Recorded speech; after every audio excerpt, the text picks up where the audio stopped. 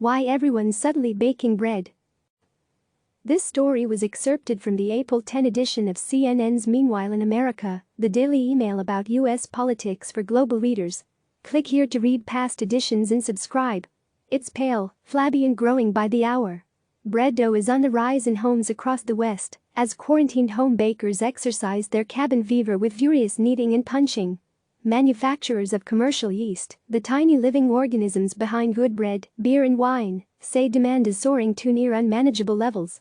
We are producing yeast as fast as possible, however the new demand is simply unprecedented, says U.S. manufacturer Red Star Yeast on its website. No one could have predicted that yeast would disappear off the shelves so quickly. French, Italian, Canadian and Swiss distributors of baking supplies say the same thing.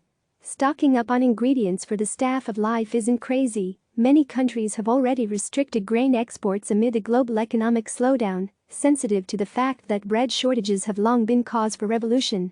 Wheat futures are up too. But there's still plenty of bread in shops, and the proliferation of boules, baguettes and buns on social media suggests that most home bakers are hardly hoarding their flour reserves for lean times.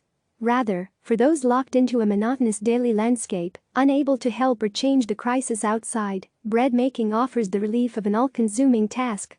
You can't check your phone to mainline infection statistics while up to your elbows in dough.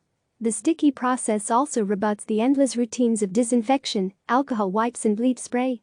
Making bread means getting friendly with microorganisms, waking dormant yeast with warmth or trapping them wild from the air, nourishing them on flour, marking time by their breath as the dough rises on a scaffolding of air.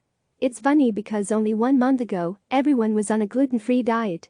Now, suddenly everyone is a baker, says Maddalena Borsato, a researcher in the philosophy of bread at Turin's University of Gastronomic Sciences and a former baker at several of Italy's most legendary pasticcerias. In Italy and France, where great bakeries are around every corner, the rush to make bread at home is particularly unusual. Borsato hypothesizes that it has to do with solidarity despite social distancing. It's something you don't do only for yourself, you do it also for others, she says. Everyone is baking a lot and posting and sharing photos of their bread, but they cannot actually share their bread, so it's shared in a symbolic way. Plus no one will be the wiser if you eat the whole loaf. Click subscribe to receive the latest news.